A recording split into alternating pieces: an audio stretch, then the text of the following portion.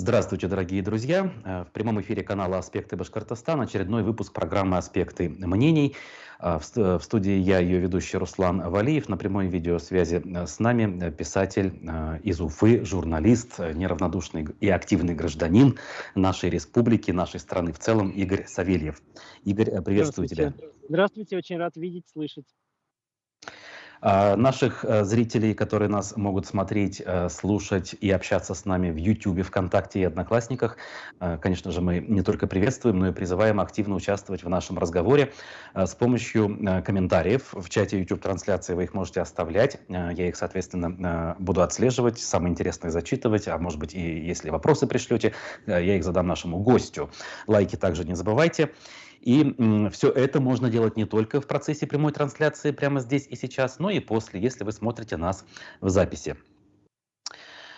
Так, начнем, пожалуй, вот с чего я планировал. Это ваша, Игорь, скажем так, компания, даже не побоюсь этого слова, «Город без Z». Значит, на эту тему сегодня был очередной пост, и он касается мобилизации, которая сейчас в стране проходит. По некоторым данным заканчивается, по некоторым она вообще не имеет ни начала, ни конца, как говорится. Вот. Тут указана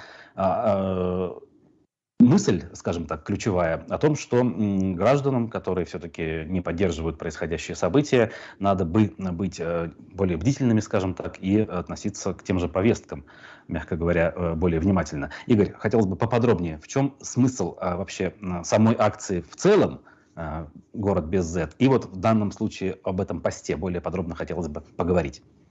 Смысл акции «Город без Z» в том, чтобы бороться законными методами с символами, которые пропагандируют агрессию, скажем так. Это Z, это V, в основном, конечно, Z. Некоторое время назад, летом, я придумал алгоритм, по которому можно жаловаться не напрямую на эти символы, потому что это часто влекло за собой внимание правоохранительных органов, а на различные нарушения, которые допускают организации, которые эти баннеры вывешивают. Смысл в том, чтобы, с одной стороны, дать активным гражданам возможность осознать свою какую-то силу, не бесправие, а с другой стороны, в том, чтобы все-таки показать людям, которые занимаются пропагандой милитаризма, что есть какие-то способы высказывать альтернативную точку зрения, несмотря на то, что сегодняшнее законодательство практически полностью заглушило эти возможности делать напрямую. Что касается сегодняшнего поста, это такая небольшая модификация проекта. Понятно, что, наверное, борьба с Z уже сегодня не так актуальна, как это было весной и летом. И сегодня я опубликовал алгоритм, большой разбор того, как можно с помощью какого-то противодействия Z заявить о своей антивоенной позиции именно в контексте возможности замены мобилизации на альтернативную гражданскую службу, потому что пацифистское убеждение – это одна из оснований для того, чтобы эта замена произошла, но эти убеждения должны быть доказаны, и ситуация, когда гражданин жалуется на Z, это юридически может считаться одним из доказательств. Понятно, что эта вся система, она совершенно в целом находится вне области права, потому что мобилизации в новейшей истории не было, и все ведут себя как попало. Мы знаем очень много случаев, когда законы в принципе никак не работали. Но это такая попытка выстроить какую-либо легальную ситуацию сопротивления тому, чтобы тебя мобилизовали, когда другие возможности исчерпаны. Вот здесь сказано про важную деталь, которая действительно в законодательстве у нас всегда была и, в принципе, сейчас никуда не делась. Это альтернативная гражданская служба. Но для нее нужны основания, написано в посте. Антивоенные убеждения – одно из них, но их наличие должно быть доказано. Вот здесь хотелось бы поподробнее, а как можно доказать их? Дело в том, что никаких четких критериев нет. в законодательстве, и в правоприменительной практике. В принципе, мы понимаем, что никакой правоприменительной практики в связи с мобилизацией, в общем-то, нет вообще. И неизвестно даже, заменяют ли мобилизацию альтернативной гражданской службы. Есть даже юридический спор, возможно это или невозможно. Вот. Но закон, во всяком случае, предполагает, что человек, который по своим убеждениям религиозным, пацифистским или каким-то другим не может брать оружие в руки, он это должен доказательно обосновать, и поэтому советует приводить каких-то свидетелей, координации свидетелей, в общем, любые свидетельства того, что эта позиция не возникла сейчас, и она существует, каким-то образом находила отражение в пространстве. Вот. Поэтому здесь нет никаких четких рецептов, что вообще может быть служить примером пацифистских убеждений. Вот. Я считаю, что, конечно, обращение в связи с баннерами Z это может быть таким свидетельством, если эти обращения официально зафиксированы. Зарегистрированы в какой структуре? Кем? Ну, как я предлагаю в этом своем разборе, в этом алгоритме, это могут быть обращения в адрес региональных или муниципальных властей. И там даже я готовил небольшую справку о том, в каких регионах, в каких городах есть такие баннеры, где они до сих пор сохранились. Понятно, что их было много весной. Наверное, сейчас они есть не везде, но тем не менее, в общем-то, каждый человек может, оглянувшись вокруг, увидеть такой объект, если ему это интересно, попытаться воспользоваться. И я делаю важную оговорку, что это такой запасной парашют, что нет никаких гарантий, что это сработает, и упаси Боже, кто-то воспримет это как руководство к действию для того, чтобы идти в военкомат и писать заявление об альтернативной гражданской службе. Конечно, это можно делать только в той ситуации, когда мобилизация уже неизбежна, и она уже началась в отношении конкретного человека. Понятно, как один из способов попытаться что-то предпринять. Да, опять же, никаких гарантий нет. С начала того времени, точнее, как вы предложили вот эту вот концепцию, наверняка уже какой-то бэкграунд сформировался, обратная связь от кого-то, кто-то что-то спрашивал, отправляя обращение в органы власти, кто-то, может быть, ответы получал какие-то. Вот что уже можно сейчас резюмировать из того, что накопилось? Я могу сказать, что какой-либо, не скажу, что медийный шум, но какой-то, в принципе, внимание к проекту, не связанное с участием в нем, было несоизмеримо выше, чем количество каких-то кейсов, которые люди пытались сделать.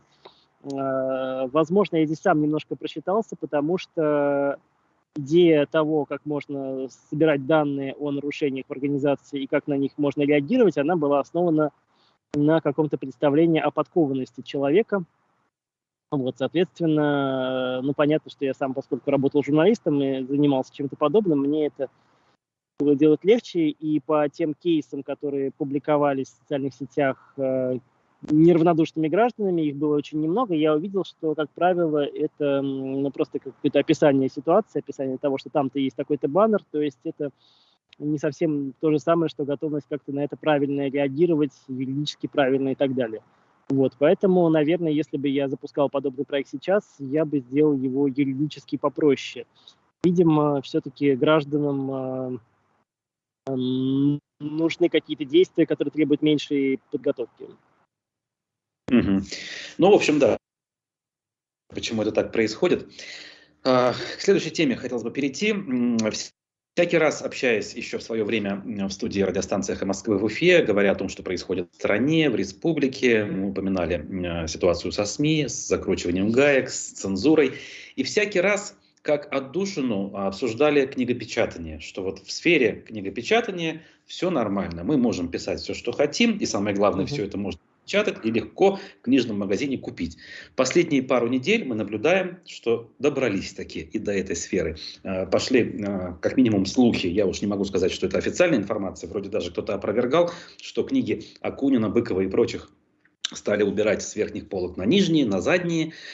Плюс вот это вот законодательство про ЛГБТ, в том числе среди взрослых, опять-таки, и вам, как автору, как минимум одной работы, где эта линия, скажем, идет в качестве центральной, Я сам, в общем-то, «Ложь Гамлета» внимательно прочитал.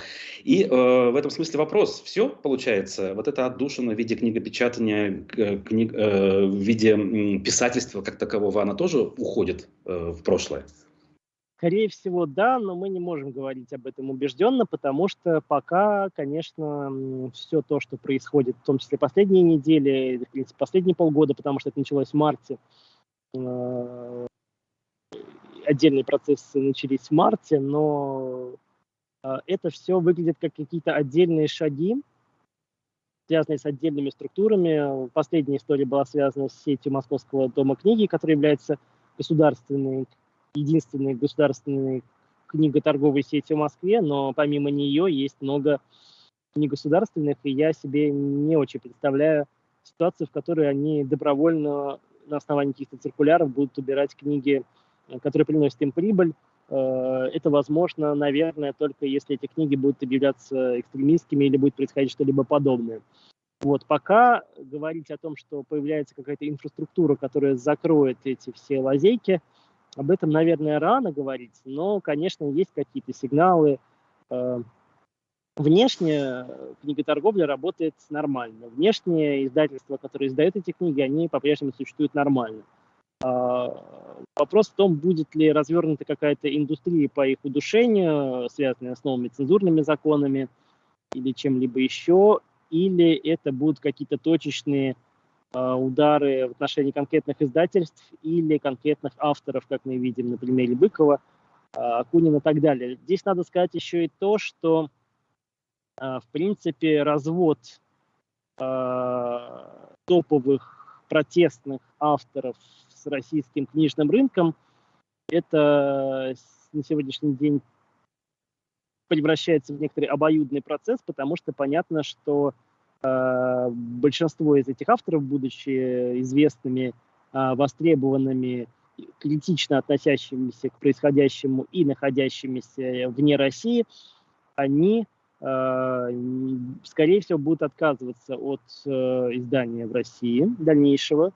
И такие примеры уже есть. Если не ошибаюсь, новая книга Бориса Акунина выходит в прежде неизвестном, прежде небольшом европейском издательстве, которое печатало книги на русском языке.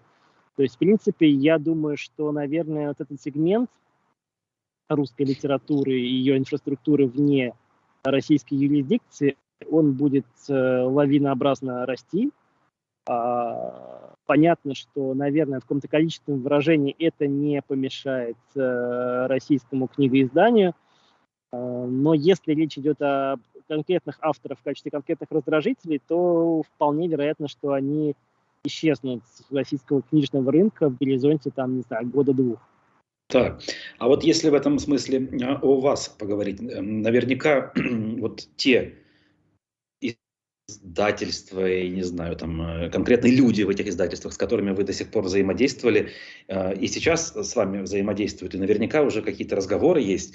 То есть, условно говоря, следующий труд Игоря Савельева, следующее ваше произведение, оно будет с учетом вот этих вот цензурных ограничений, которые сейчас на законодательном уровне, в частности, в плане ЛГБТ принимаются, или нет? Или и вы, и со стороны издательств еще вот это вот непонимание присутствует, о котором вы говорите, что еще мы не знаем, что будет завтра и послезавтра?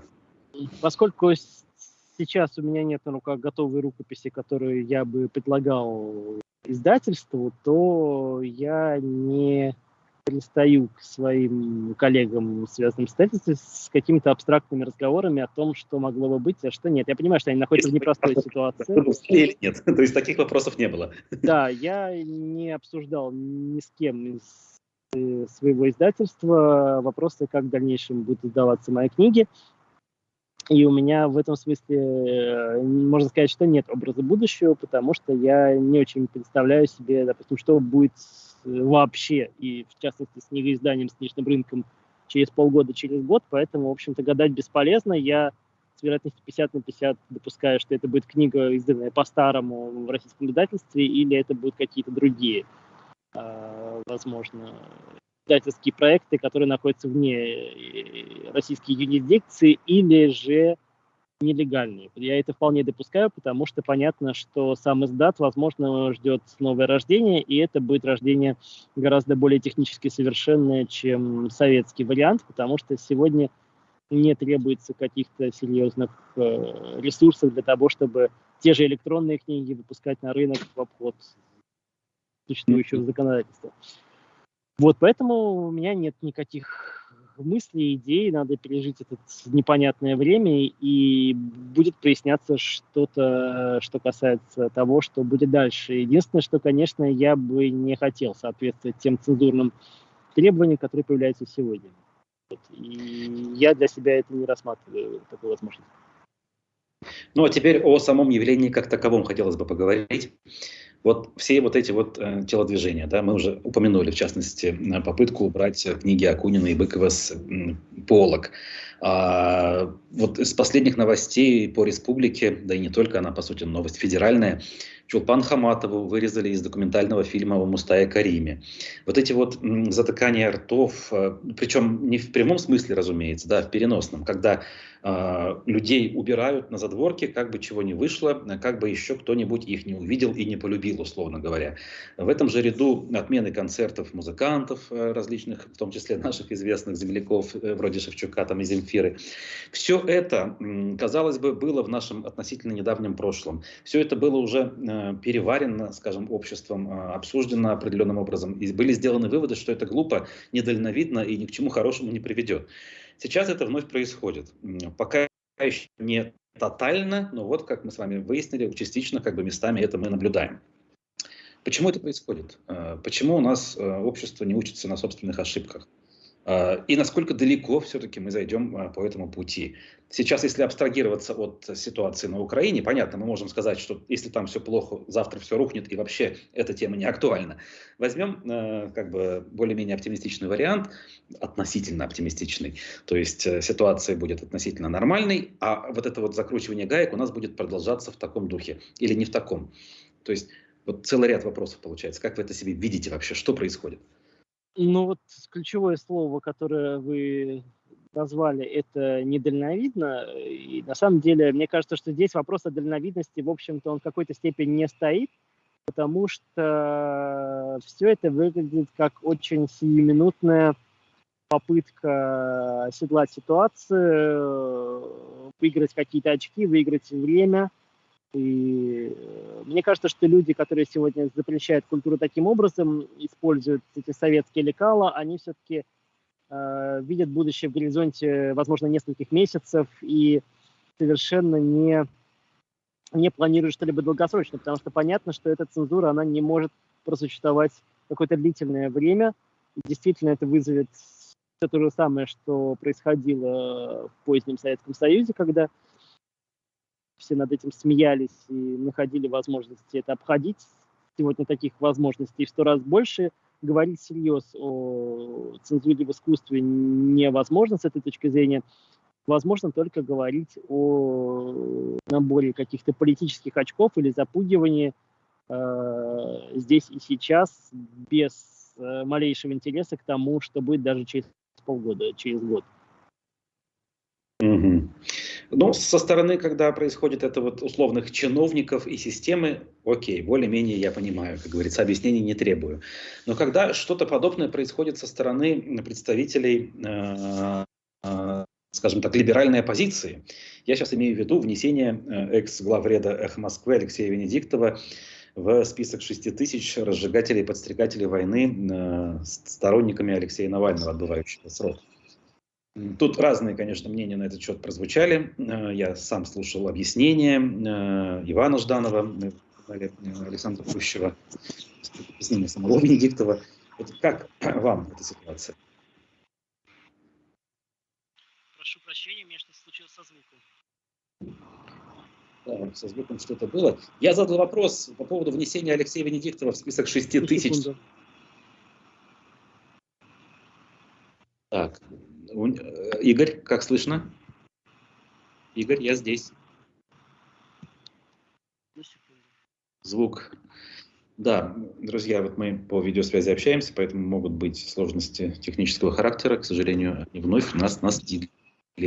Хотя остальные проблемы, которые раньше возникали, вроде как решены. Меня слышно или меня совсем не слышно без наушников? Нет, я-то слышу как раз-таки. А меня слышно? Да, я слышу. Значит, что касается действий штаба Навального в этой ситуации, мне кажется, что это тоже несколько недальновидная ситуация. И ну, самое разумное, что я об этом читал, и что, в общем-то, с чем можно согласиться, что любая оппозиция, оказавшись, в частности, в эмиграции и вообще в ситуации, когда и спектр ее действий очень ограничен, она начинает радикализовываться. Вот. И мне кажется, что, в общем-то, списки Навального, они во многом несовершенны. Если не ошибаюсь, в них есть не только Венедиктов, но и многие другие люди, которые поддержка войны которыми, как минимум, неизвестна, не доказана, как максимум, в общем-то, известны их антивоенные выступления. Вот, если не ошибаюсь, в этом же списке, по-моему, находится Ксения Собчак, которая журналистская деятельность, которая за последние полгода не дает возможность предположить, что она каким-то образом может поддерживать милитаристский лагерь и так далее. Вот. Мне кажется, что это все, не знаю, возможно, с помощью таких шагов движение Навального пытается решить какие-то собственные задачи. Значит ли это, что правы те в противоположном лагере, которые утверждают, что поскольку наша оппозиция не может элементарно не то что договориться, а даже хотя бы мирно сосуществовать, значит, как бы ее и нет, и, соответственно, бояться ее точно не стоит? Я боюсь, что вопрос мирного существования, если мы говорим об оппозиции, российской оппозиции в той ситуации, в которой она оказалась, практически невозможен, по крайней мере сейчас. То есть то, что не давало ей объединиться раньше, оно тем более сделало невозможным нынешние какие-то ситуации, когда эти люди могут придерживаться каких-либо одних взглядов. Конечно, все это в достаточной степени вредно. С другой стороны, понятно, что очень часто, в том числе в ситуации вынужденной оппозиции, оказываются люди, которые никогда не смогли бы найти общий язык. Мгм. Ну, то есть, как бы это естественный процесс, каких-то далеко идущих выводов тут делать не нужно, просто живем дальше, как говорится, и каждый делает то, что может. Ну, в конечном счете все ведут себя в ситуации каких-то неизбежных действий.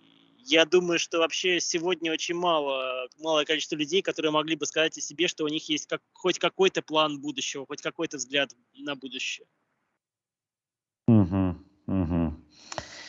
Упомянули мы вот сейчас Венедиктова, я упомянул Александра Плющева, бывших своих коллег по «Эху Москвы».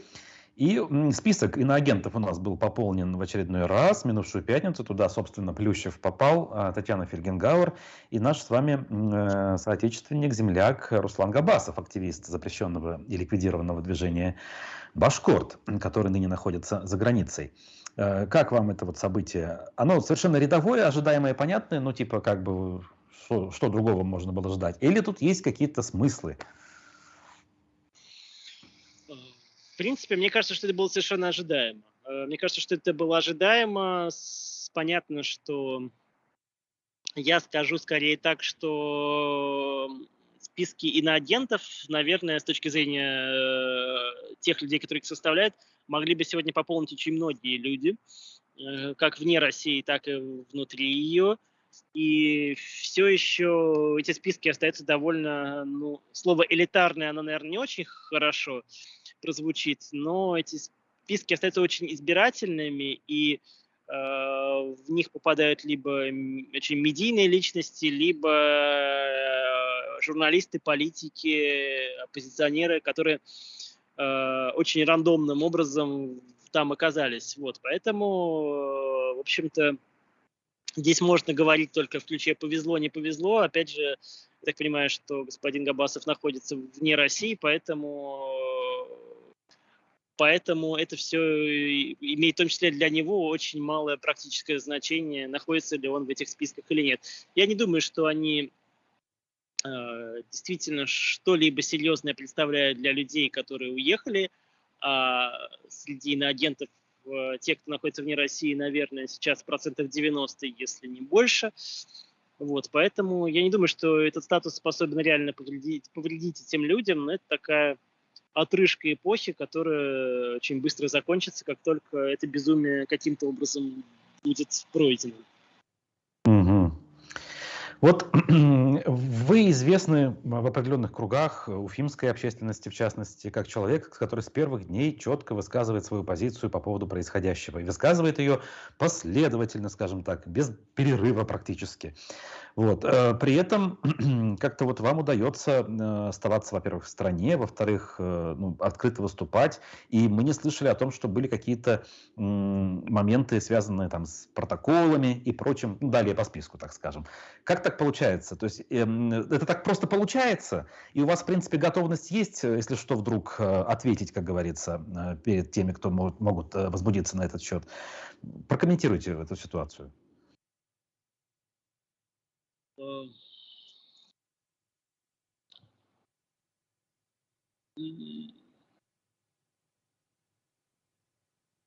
Честно говоря, мне очень сложно судить. Я не уверен, что я правильно расслышал вопрос. Мы говорим о тех, кто уехал за рубеж, да?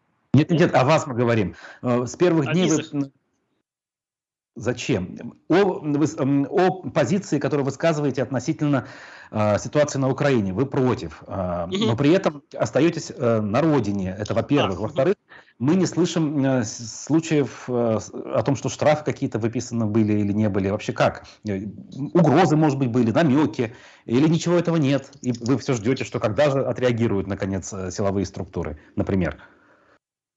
На самом деле, мне кажется, что та возможность или невозможность высказывать свою позицию, которая сегодня есть у тех, кто остался в России, она тоже, опять же, очень ситуативна, потому что если весной все это выглядело как полное душение свободы слова, то постепенно все это превратилось в ситуацию, когда контроль за социальными сетями, за какими-то независимыми площадками, он становится все более избирательным. Мгм. Вот, и наказания за какие-либо высказывания, они становятся все более неравномерными. Вот, поэтому здесь с какого-то момента это превратилось в такую рулетку. Действительно, в принципе, здесь могут быть очень разные ситуации, вплоть до того, что, насколько я помню, в Уфе как раз было вынесено решение полицейскими о том, что высказывания в Инстаграме не могут рассматриваться как основание для какого-либо преследования, потому что Инстаграм, значит, это Его нет. экстремистская сеть, и она не подлежит какого-либо анализу с этой точки зрения. Вот понятно, что ситуации какие-то стали очень избирательные, и мне кажется, что, конечно, сейчас возможностей свободно высказываться о том, что происходит, гораздо больше, чем было хотя бы весной, но говорить о том, что это какое-то смягчение, конечно, не приходится, просто понятно, что система, которая сама вот эта тоталитарная система, которая сложилась в последнее время, она находится в состоянии каких-то постоянных катаклизмов, и понятно, что у нее не хватает ресурсов, сил, структур для того, чтобы действовать на всех фронтах, поэтому, возможно, поэтому как централизованно на высказывания стали меньше обращать внимание, а возможно, это происходит не централизованно, а именно на уровне каждого исполнителя отдельно. Мгм. То есть тех соотечественников, которые разделяют ваши взгляды, но помалкивают, вы призываете перестать молчать. Я правильно понимаю?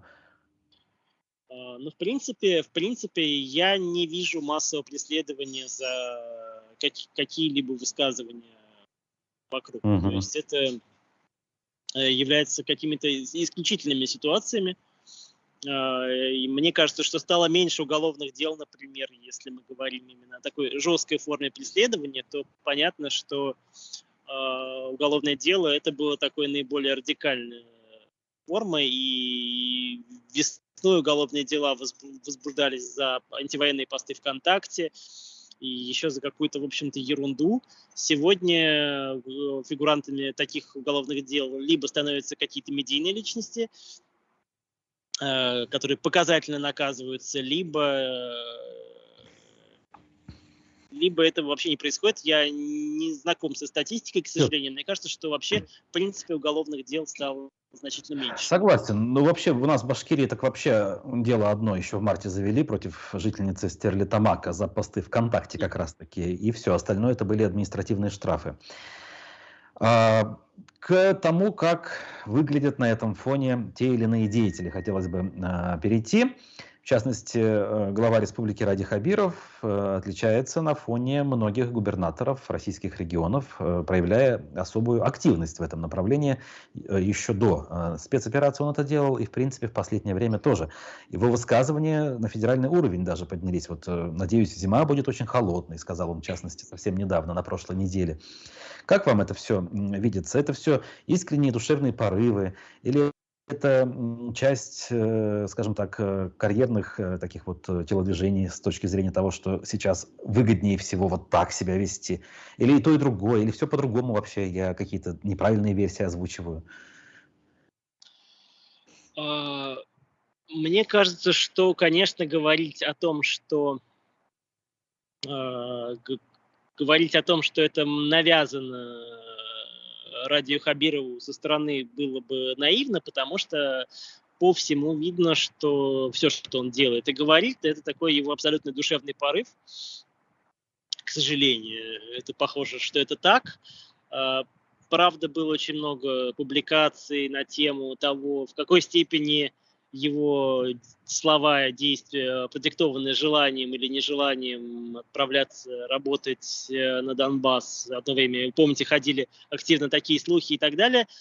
Но, в общем-то, я думаю, что, возможно, действительно в Кремле на позицию Радия Хабирова есть особые виды по какой-то старой памяти с тех пор, как он еще 10 лет назад и больше работал как раз в том идеологическом блоке, который, вероятно, сегодня занимается как раз-таки риторикой губернаторов, риторикой партии и так далее. Я думаю, что Радий Хабиров остался для них не посторонним человеком, и с этой точки зрения, наверное, он находится в каком-то большем контакте с теми идеологами, которые определяют риторику губернаторов.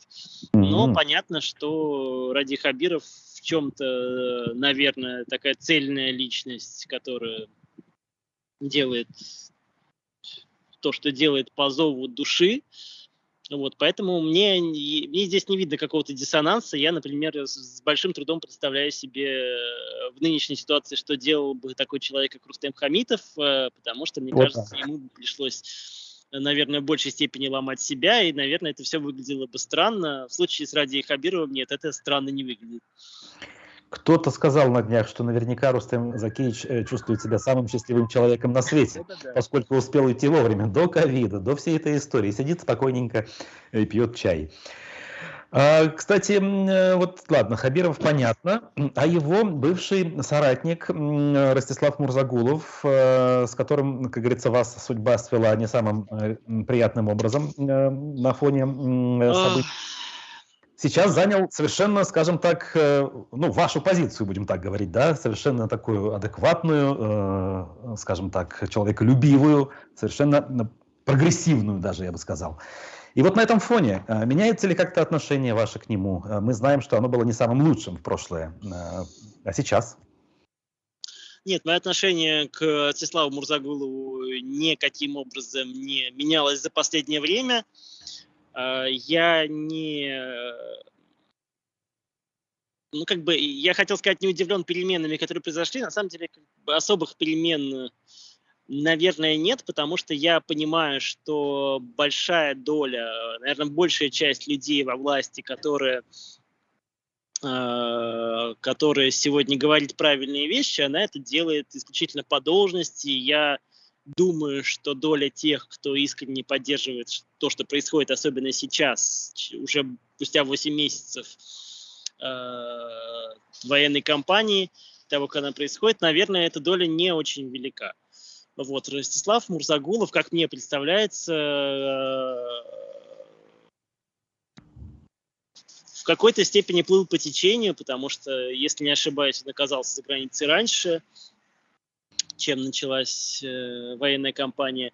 Он оказался в оппозиции несколько раньше, чем началась военная кампания. Понятно, что счет шел там на неделю и на месяц. Я не помню, чем это было связано. По-моему, это как-то было связано с сотрудничеством с рэпером Моргенштерном, с которым Ростислав в какой-то степени работал. Вот, с его преследованием и так далее. То есть в этом смысле он, как мне кажется, плывет по течению, и, наверное, он чувствует себя человеком, которому повезло оказаться по ту сторону реки, а не по эту. То есть он просто оказался в том месте в то время, когда выбор как бы был невелик. То есть, оказавшись там, ну как бы, а какую еще позицию можно занимать? Она единственно здравая, правильная, и очень удачно сложились карты. Правильно? Да, я знаю, что есть большая дискуссия, не дискуссия, что многие представители оппозиции из Башкирии, в том числе те, кто находится за границей, они пытались каким-то образом добиться того, чтобы Ростислав был исключен из команды Ходорковского и так далее и тому подобное. Было очень много сломано копий. На эту тему отвечал на вопросы Ходорковский. В общем-то, я, с одной стороны, понимаю, что, наверное, человек с бэкграундом Ростислава Мурзагулова совершенно неуместен в тех обстоятельствах, в которых он не находится. С другой стороны, в принципе, то чувство мести, которое, возможно, движет его многими оппонентами сегодня, оно мне не очень близко, поэтому у меня нет какой-то четкой позиции по поводу того, должен ли Ростислав Мурзагулов быть включен в какие-то списки, допустим, там, движения Навального, и вообще подвергнуться каким-либо санкциям со стороны Европы или со стороны его нынешних работодателей или нет. Единственное, что, конечно, хотелось бы прояснить его роль в судьбе Лилии Чанышевой, потому что об этом тоже очень много говорят, на это делает упор движение Навального. Действительно ли он сыграл роль в ее посадке или нет? И если да, то это, конечно, совершенно уже другой вопрос. В принципе, понятно, что Ростислав Мурзагулов очень много сделал для того, чтобы преследовать оппозицию в Башкирии. Я это хорошо знаю, хорошо помню. Вот. Да, в частности, сторонников Навального он, мягко говоря, очень сильно критиковал. Это я очень мягко сейчас, да, привожу пример. Ага. По поводу того, что он мог принять участие в, собственно, аресте Чанышева, и такая информация есть, я даже ее не слышал, если честно. Ничего себе. Такая информация, насчет информации я ничего не могу сказать, об этом заявлял движение Навального. И, если не ошибаюсь, об этом уже заявлял муж Лилии Чанышевой, о том, что Ростислав Мурзагулов якобы приложил руку к ее судьбе. Но подтвердить или опровергнуть, понятно, что я никак не могу, и просто такая дискуссия есть. И вообще в дискуссии о том, в чем виноват, а в чем не виноват Ростислав Мурзагулов, это является таким в определенной степени краеугольным камнем. Ну, я тут единственное позволю себе не то чтобы процитировать, а напомнить ту мысль, которую он неоднократно повторял, в том числе в свое время у нас в эфирах, и в последнее время особенно в своих эфирах он любит это повторять, что как раз-таки он был тем самым человеком в системе, который всячески на всяких закрытых заседаниях, наоборот, пытался сделать так, чтобы все расслабились и дали возможность оппозиции как-то себя проявлять. Но это опять-таки его слова. Мы утверждать не можем, было ли так на самом деле. Так, и резюмируя этот кейс про Мурзагулова, я лишь уточню, правильно ли я понял, что как бы кровожадность некоторых его оппонентов вы не разделяете, и в принципе, если он делает сейчас правильное дело, то пусть делает, но от этого как бы симпатий к нему проявлять вы не планируете. Я считаю, что нет оснований доверять тому, что он делает, у меня, по крайней мере. Но если мы обсуждаем санкции Ростиславу Мурзагулову исключительно в контексте его наказания или мести за те действия, которые он совершал ранее, то, в общем-то, ну, по крайней мере, мне это не близко. Честно говоря, мне предлагали выступить и что-либо сказать по этому поводу, потому что Ростислав Мурзагулов в свое время предложил руку к моему уходу из республиканских СМИ, но у меня не возникло никакого желания этим заниматься. В принципе, еще и потому, что, как мне кажется, подобные разборки, они очень в целом портят такое некое реноме российской оппозиции, потому что в основном все, что мы слышим, это такая грязня вокруг того же включения Венедиктова в списки, не включения. Вот это все не совсем то, что, наверное, способствует вообще преодолению нынешнего кризисной ситуации. Да, здесь всецело поддерживаю и всеми руками подписываюсь, как говорится. Кстати, Моргенштерна упомянули, да, мы с вами. Он тоже там все что-то как-то пытается. В последнее время относительно затих в политическом смысле. И вроде как даже в Россию собрался. Но обвинил Собчак в том, что он из-за нее не может вернуться. Дескать, она такие вопросы задавала сложные. Это как вот сцена в суде из фильма «Мимино». Да? Вы такие вопросы задаете, что я как бы запутался. Примерно так рассуждает сейчас Моргенштерн. Верите ли вы вообще в его позицию, я не знаю, в его слова? Насколько вообще данный музыкант, он сейчас должен быть, что ли, в центре внимания, в принципе? Я думаю, что если мы говорим о Моргенштерне и вообще о многих людях, подобных Моргенштерну, то это люди, которые совершенно не то что случайно оказались в оппозиции режиму. В общем-то, это люди, которые занимали абсолютно сервильную позицию всю свою сознательную жизнь. Это не упрек, это сама констатация факта, потому что мы понимаем, что сам по себе путинский режим, он стоит на фундаменте абсолютной аполитичности граждан, на вот этой вот сытая жизнь в обмен на неучастие в политике. Это его альфа и омега, на которой он вырос.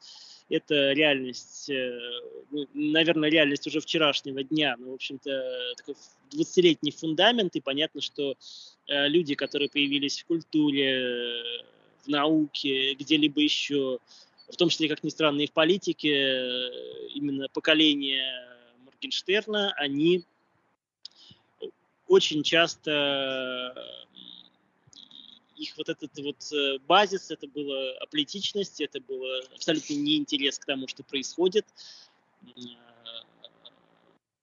И очень многие люди оказались в совершенно новой реальности, когда политика пришла к ним.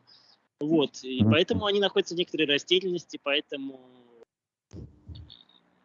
как бы очень сложно оценивать их политические взгляды или короче, такие случайные товарищи, да, то есть тут нет никакой последовательности, никакой бэкграунд не присутствует в данном случае, поэтому сложно вообще как-то комментировать, я правильно понимаю?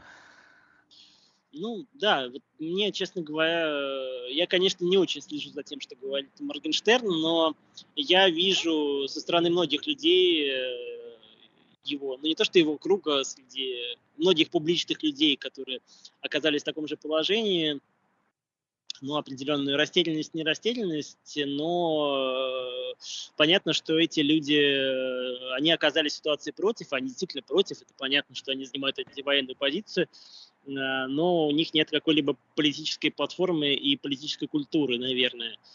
И это тоже одна из проблем того, как вообще может строиться российское общество после того, как этот раскол, как эта ситуация будет преодолена.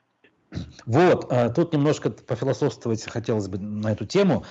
Есть разные точки зрения. Я часто слышу среди спикеров того же проекта «Эхо», который возник на осколках «Эхо Москвы», что если выключить существующую государственную пропаганду а потом включить противоположную хотя бы на месяц, именно пропаганду, то все будет нормально. А уже через месяц, после того, как эта противоположная пропаганда поработает, вернуться к истокам, к, скажем так, к свободе слова, когда будут звучать разные точки зрения. Вы этот оптимизм, я так понимаю, не разделяете, судя по тому, что вы выше сказали. Нет, я не думаю, что пропаганда играет такую серьезную роль, чтобы она целиком формировала взгляды людей, которые сегодня той достаточно большой массы людей, которые поддерживают военную агрессию или вообще любые формы нетерпимости, которые сегодня расцветают. Вот, я боюсь, что пропаганда является в определенном смысле не то что следствием, но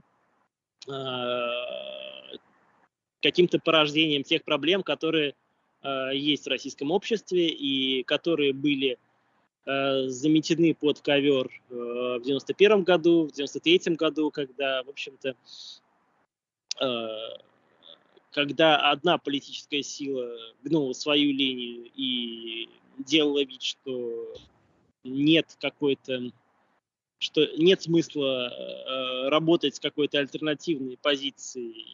И эта позиция оказалась очень массовой, эта позиция, к сожалению, в этом состоянии под ковром, она, в общем-то, деградировала практически до фашистской, поэтому это большая проблема, которая, вероятно, не может быть решена сменой пропаганды, отключением пропаганды, поворотом рубильника и так далее, но вот эта проблема такого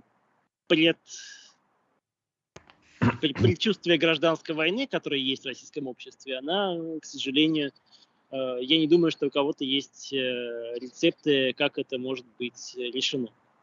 То есть жалоба жителя Башкирии Радию Хабирову на отказ включить патриотическую песню в кафе – это как раз-таки иллюстрация того, о чем вы сейчас говорили, да? Что у нас вот есть очень серьезный водораздел, который может привести к таким трагическим последствиям.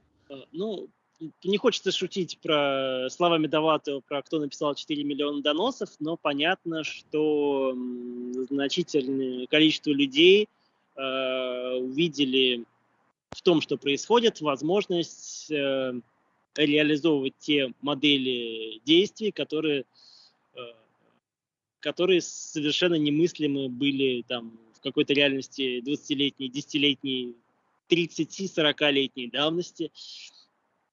Вот. Почему это происходит? Это, конечно, такая большая антропологическая загадка, и для всех, мне кажется, это стало большим сюрпризом. Для меня это стало большой неожиданностью, что какие-то алгоритмы сталинского времени, потому уже без натяжек, да, без преувеличений именно того времени, они сегодня оказались реальностью, и их не просто реанимирует пропаганда с какими-то целями, а еще их поддерживают какие-то люди, которые, в общем-то, которые, оказывается, считали, что возможно такая модель действий в реальности. Угу. Ну, в общем, на этой не самой веселой ноте будем закругляться. Нашу повестку мы исчерпали. Спасибо большое. В гостях программы «Аспекты мнений» на нашем канале был уфимский все-таки писатель и журналист Игорь Савельев, несмотря на то, что сейчас находится не в Уфе, но в России.